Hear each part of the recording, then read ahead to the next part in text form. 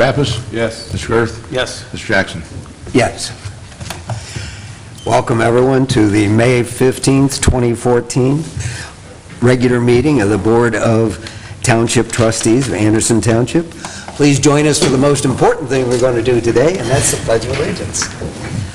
I pledge allegiance to the flag of the United States of America and to the republic for which it stands, one nation, under God, indivisible, with liberty and justice for all.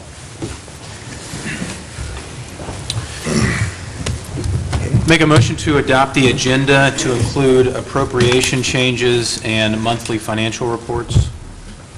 Second. Mr. Pappas? Yes. Mr. Girth? Yes. Mr. Jackson? Yes.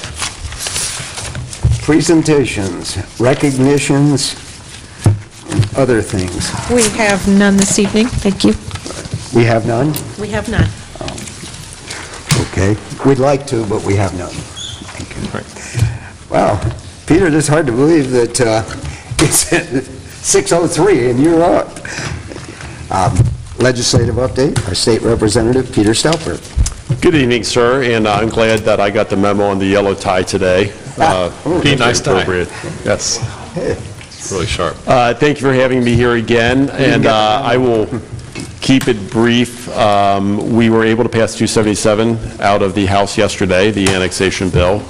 We had to take a couple things out of that, which I discussed with the Ohio Township Association and Ms. Earhart. And there are things that I think ultimately we would like in there, but in the world of trying to get things done, it was necessary to pare it back. But we got the main part of that bill intact, and that, or two main parts, and that is that taxpayers of the township now have a voice in a Type 2 expedited annexation, and there's also the ability of, let me back up, it's out of the House, it still has to get out of the Senate, and the people have ability to take their names off the petition 7 days after they're notified of the filing of the petition. So we will be pushing that in the Senate, possibly yet before we break for the summer, at least to get the ball rolling, and then in lame duck session.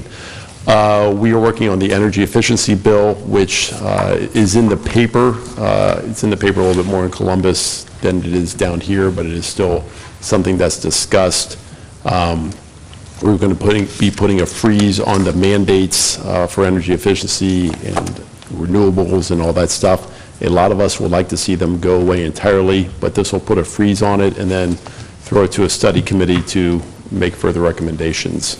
So that is something we are doing, and a lot of political discussion about that, but it is a significant cost.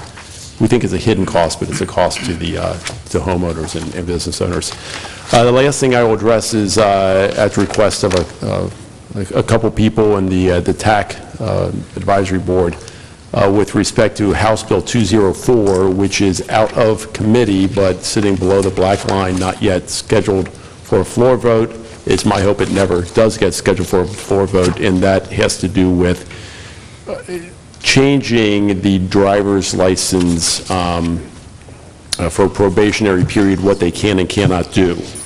There's a lot of different pieces to it, but essentially it says that until you turn 18 years old or drive for a year, you can only take one person in your car, and that a non-family member, and that person has to be 21. In my view, that is a little restrictive. I think that the parents are in the best position to make decisions with respect to what their child may or may not do when driving a car. If their child is irresponsible, it's their job to not let them take other children. But what this bill will do is punish everybody, including parents. There's also a curfew from driving between 10 p.m. and 5 a.m. And there's a number of different ways to look at this, but you're basically asking parents to double the number of cars on the road or triple. So instead of 3 kids going in one car, there will be 3 cars on the road. And that's a problem in my view. You're also asking parents to take and pick up from football games, basketball games, dances. As the bill's written, there's no exception for school. There is a work exception, but there's no exception for school activities. And you're also, the thing that I think is not getting noticed, but hopefully we will have discussions and we'll get notices, the constraint on facilities at high schools. So instead of 3 kids going to school in 1 car, you will have 3 cars seeking the same number of parking spaces. And last time I heard, high schools were not swimming in parking spaces. So for all those reasons, I don't care for the bill very much. So I know there is a lot of opposition among the members. There's a group out of Washington pushing it that has hired a couple people to make calls on the lobbying front, but we'll do our best to keep an eye on it and keep trying to keep common sense about it. Peter, isn't that, those kind of restrictions, aren't they pretty common in other states around the country? Not that tight, no. Not I mean, we already have a restriction that until you're 17 years old, you may only take 1 person in your car. Right. And then once you turn 17, then you're allowed to take as many as you want, non-family member, I should say. This will take that up to 18, and it impacts the ability to transport kids for sports, school activities, movies, dances, and what this is geared around was a tragic car accident. But again, I think that we try to address the causes of the car accident, and this not. I don't think this is the way to go about it. Going back to by the way, taxpayers pay for all the school buses that are supposed to take those kids to school. We were parking on Stirrup and Bentley, right, Richard? But we actually pay for school buses to take them there, too. Wonderful. Going back to the annexation matter, and thank you for your effort. I guess we got half a pie is better than nothing at all. It's rather interesting in this thing when you go back to the fact that this is a Type 2 annexation. The whole creation of a Type 2 annexation was intended for the purpose of allowing people where all the parties agreed to move forward quickly. And yet we've gotten all this nonsensical red tape when the whole idea was to get that if everybody agreed, you could move forward. So at least now, if and I assume parks are treated same as we are, so at least to have a vote, because if you don't have 100%, it doesn't move forward. Is that correct? The way Type 2 annexation works? It's the state or any political subdivision, so everybody would be included. What do you think the chances are of in the Senate? They're going to hack it up even worse? No, I don't think so. I would hope that if we get it through, we'll get it through as is. And again, this is the bigger piece that I wanted to see, so it's more than just half a pie, I think. This is the major piece of it, to have that say-so in the process. I think it's going to be a matter of timing over in the Senate and what else is going on in the fall. But I don't think that it'll change much. Well, thank you for your effort. We Thank you. appreciate it. We got something finally. That's great. So, good. Yes, and Mr. Jackson, if I may add on, thank you again on House Bill 277. It wasn't everything we wanted, but I do appreciate you pushing that through very much. If I may comment on the other bill regarding the driving age, in addition to the concerns that have been raised by TAC, the other thing that I mentioned to you when we spoke on the phone the other day is there are restrictions. No first-year driver can drive with anyone under 21. You have first-year drivers that can drive in Afghanistan, Iraq, under fire, but they can't drive on Ohio streets under this new bill. And I think that has to be taken into consideration as well when you're talking about the military and the veterans. So Yep. Thank you. You're right. We should let them drive on Columbia Parkway every day, and they'd give up driving altogether. Thank you, Pete. Anything else? Thanks, Pete. Thank you. Thank you, Peter. See you. Thank you very much. At every meeting, we set aside a time for individuals who wish to address the board. We only ask that you make non-competitive. Repetitive. Our crowd is leaving. I know. Is that it? Something we said? Something Russ said. Way to go, Russ. We should make non-competitive, Got Greg. non-repetitive points as clearly and concisely as possible, limiting comments to a maximum of 5 minutes. We'll open a public forum, and we'll start the line right over here, so anyone who wishes to Greg? partake. Greg, say Come on, something. somebody.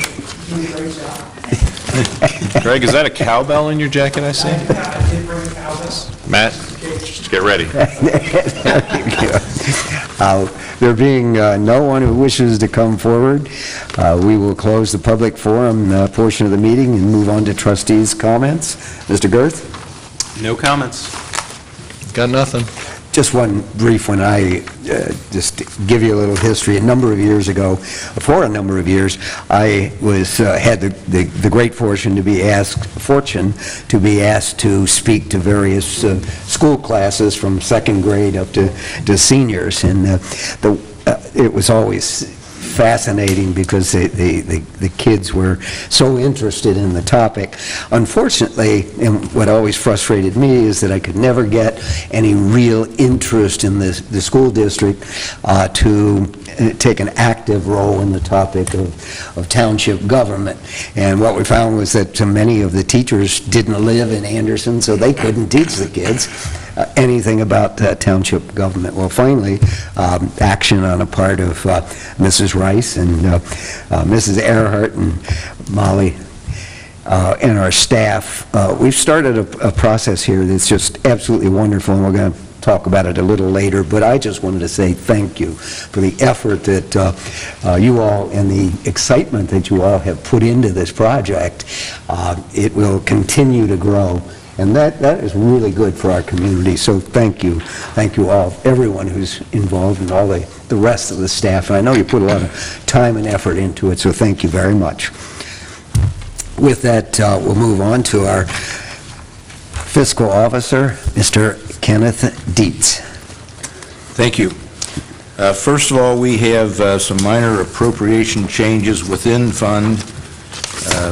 Within fund, we do not have to notify the auditor's office, but we do have to have the board's approval.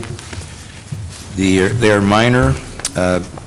First one is we needed to add $2,645 to election charges for the election in November. I think it was such a popular election that it cost a little more, but it was higher than what we had experienced in the past.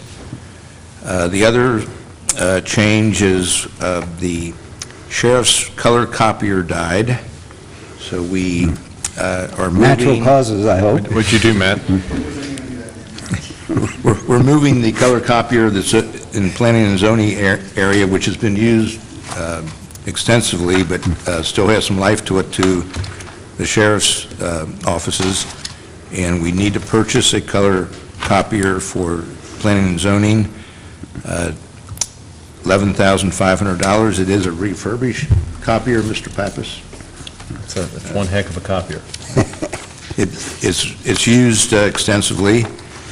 The other changes we have now come across contributions to Social Security, minor contributions of $1,500, and to offset those increases, we are taking $15,645 out of miscellaneous expenses, which we feel we can, we can control that enough that we won't have to be asking money for there. So I would need your approval for those changes. Do we have a motion? If I could just clarify, the upstairs, it's a copier for the entire upstairs, so it's not just for planning and zoning, but there are other departments that are upstairs. It's so. okay, Steve. What's that? He gets I think used- Paul was feeling a little guilty over there for a moment. So. Lord, I didn't... Richard, Hey, I mean, Steve, it's all right. Richard never uses it. Richard and Mark say they never use it, so.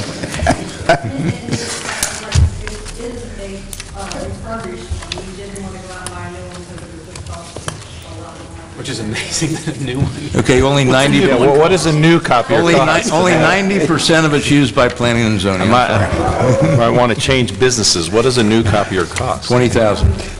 Really? For commercial, 86, high production?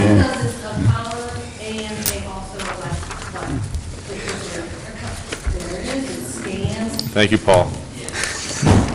regardless of the cost, we do need a... We need it. A motion here. I'll make Okay, I'll make a You motion. Make a motion to approve the change. That we- Really haven't, Russ? We- Come on. I'll make a motion that we approve the appropriation changes within the same fund as presented by our crack fiscal officer, Ken Dietz. Second. Mr. Pappas? Yes. Mr. Gerth? Yes. Mr. Jackson? Yes. Thank you. And we do have available the financial reports, the fund report, revenue report at the end of April, and the appropriation reports.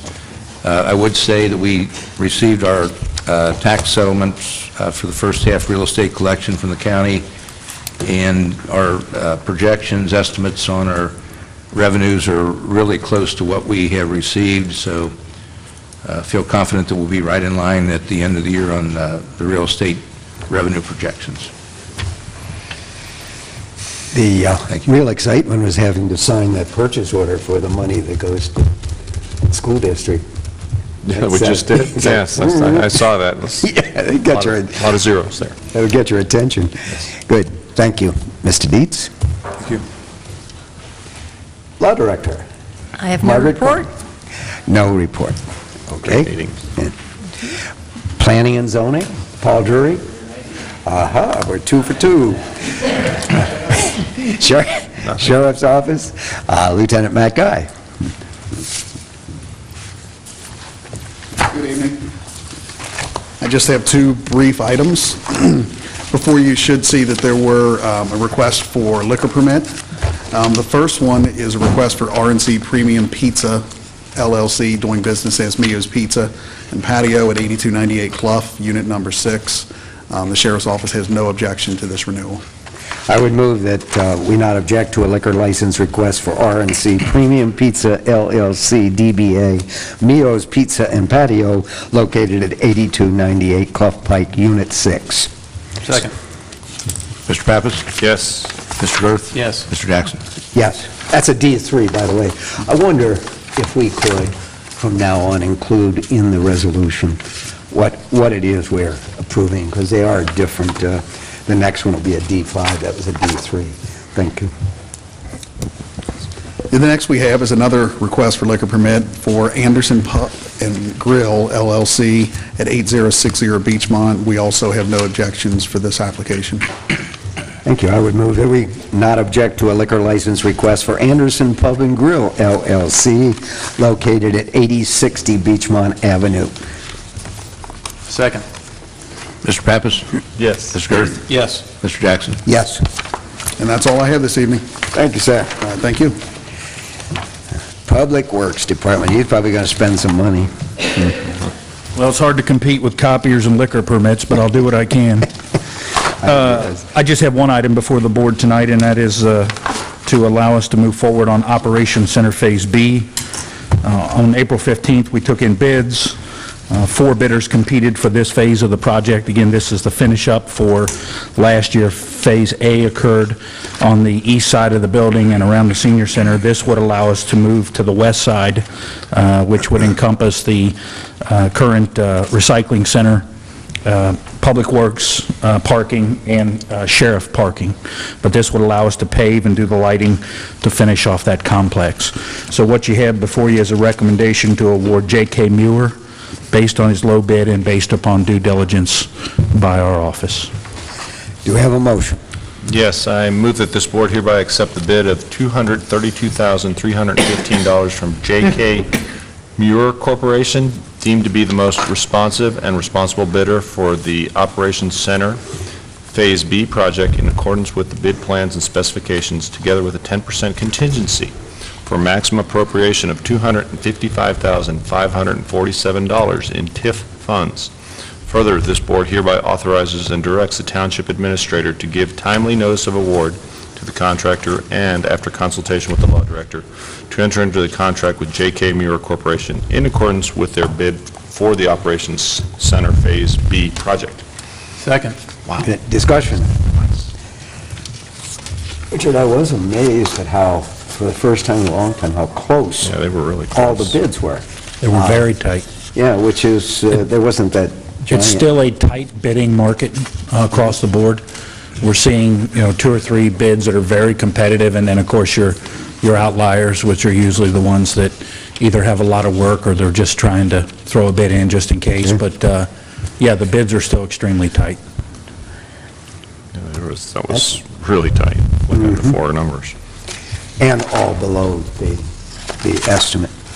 Anything else? Mr. Pappas? Yes. Mr. Girth? Yes. Mr. Jackson? Yes.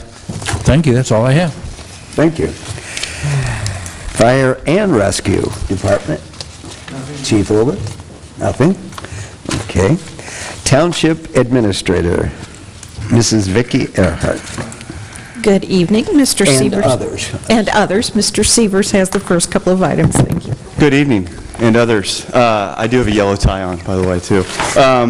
Just as a follow-up, the board, we've been discussing for quite some time some Metro routing changes over the years. You'll recall last year Route 24 was modified. We've been working with Metro for almost 2 years on Route 75, and you heard Mr. Shelley talk about the improvements to the Operations Center site. One of the things you did not hear mentioned was the park and ride. As of June 2nd, the park and ride will go away at that location, which will provide us with some greater flexibility for the future use of that site. It'll allow Metro some greater efficiencies with their operation. We posted the information on our website today with the Metro changes. Essentially, what they'll be doing through this process is the routes, Route 75, which is the major bus route from Anderson for express buses, will go only from Anderson Center Station directly downtown. It'll offer a more efficient service to downtown. The Operations Center site will still be served by Route 30, which is an express bus, and you can kind of hopefully make it out. It's the loop that goes out 8 Mile to Clough and then down Nagel. It will still provide transit service to folks that live and utilize that area for walk-up, of which there are very few, but there are some based on the surveys that Metro has done. Most of the folks that utilize that route have indicated they would relocate to Anderson Center Station. We have the capacity up on top of the hill and allow them to do that. So we are working with them. They'll be issuing information releases next week, but we wanted to take this opportunity to point that out. Again, something that staff's been working very closely with Metro on for a couple of years now. The other part of that change was something that staff brought to Metro's attention back in November. We met with them several times, and on the heels of an Inquirer story that was done about lack of commuting options for employment opportunities, they will be offering a reverse commute service from downtown to the Belterra Park area. They will run from downtown out to Belterra in the mornings, 3 buses a day. And actually costs them very minimal because they're already coming back to Anderson. They currently have a closed-door service where people can't get on the bus to come out, but this will allow folks to come out to Belterra Park and to Coney. And conversely, in the evening, those folks would be able to leave and head from those areas, not only Belterra Park, but Coney Island. So late afternoon, folks could get a ride back downtown, wherever they may go. That efficiency is created by the elimination of the leg out Beachmont, which does some other things with regards to some congestion we've had with buses and such on Beachmont as well. But we're excited to see that move forward. On our website, we also have, and hopefully this pops up, and it just locked up. But we actually have the service schedule as well that Metro is going to be offering for that. And again, that'll start on Monday, June 2nd. Technically, the route goes into service on Sunday, but it's only a Monday through Friday service. So again, we're pleased with it, with the service and the opportunity to do that. They've been working closely, and here's the route map that you'll see here with that leg that swings down on Kellogg Road, and the timetable over to the left. It's hard to see at that range, but again, the 3 buses would take folks from downtown out to Anderson in the morning between would drop off or pick up from downtown between 6:20 and 7:30, drop off between 6:50 and 8:05 a.m., and pick up in the evenings between 4:20 and 5:15 and take downtown. And those times do correspond with some shifts at Belterra Park. They've been working with them. So just I think a great opportunity to weave those two together. And with Coney Island as well, it's been probably 15 or 20 years since there's been bus service out to Coney. And they're excited about the opportunity, particularly for folks heading home. A little early to go to the pool, 8 o'clock in the morning, but at the end of the day, if you can get a ride home with Metro, it would provide that. So I wanted to bring that to the board's attention, and we'll be working with Metro on that next week. If there's any questions, happy to answer those. Okay. The action item that I have for the board this evening, and probably I should be the last one doing this, probably should be Mr. Shelley or Mr. Jackson as members of the Stormwater Board in the district. We are asked each year about the payment, and as you know, we have to comply with NPDES permitting and requirements that stem from stormwater, and one of those items is our participation in the Hamilton County Stormwater District and the fees associated with that. There's a motion before the board for consideration that is in line with the same action taken in previous years. I will note that the fee that's being considered is substantially less. We hope that trend continues. But it's always nice when it's lower rather than more expensive. So if there's any questions, again, Mr. Jackson, you could probably answer this much better than I or Mr. Shelley, but we would appreciate the board's action so that we can get a response to the county by the end of the month. I would just mention that over the, it's been, what, 14 years or something, been a long time, actually we're able to reduce the fee per property after eliminating one of the expenses that had been built into this thing. This month and next month, the board and the committees will be working on a new budget. They lost a state grant in the amount of about $225,000 that we're no longer getting. The real question becomes, when does this thing end? What has happened is every time we get to the end of these various projects that are required under this unfunded mandate, they add some new restrictions. It's utter nonsense. So we have lost at least 2 entities that decided to drop out of the consortium, but we continue to move forward, and the options are whether or not the township would pay for it, or it would be done on the tax bills. Historically, Anderson Township has opted, and most communities have opted, just to go to the individual tax bills, and that's what we have before us is a resolution for the coming year. Would anyone like to? Sure, I move that the Township Administrator be and is hereby authorized to execute on behalf of this board stormwater district level of service options and service fee elections for 2015 with the Hamilton County Stormwater District in substantially the form before this board with such changes thereto as shall not, in her judgment after consultation with the law director, be detrimental to the township. Such determination being evidenced by her execution of said agreement. Second. A discussion? Just to a point of reference, that fee is $8.13 per property. So, Mr. Pappas? Yes. Mr. Kurth? Yes. Mr. Jackson? yes. Thank you. Thank you, Steve. Ms. Parker has the next item for the board's consideration.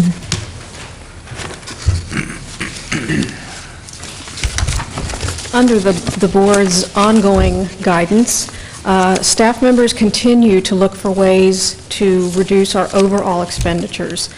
And one of those ways we've looked at recently has to do with the deposits that are made each year into employees' health savings accounts.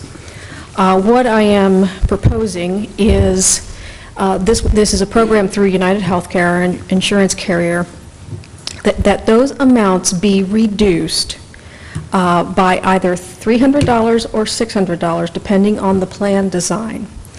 Then employees will have the opportunity to earn that amount back by undergoing an annual physical, which is a very simple thing, an easy thing to do. By doing so, we're actually able to reduce our annual premium by as much as $50,000 if we can get 100% participation. And employees can do a very simple thing to earn that amount back into their HSA. And I would highly recommend that we do this. The other jurisdictions in our Center for Local Government Benefits pool are also doing this.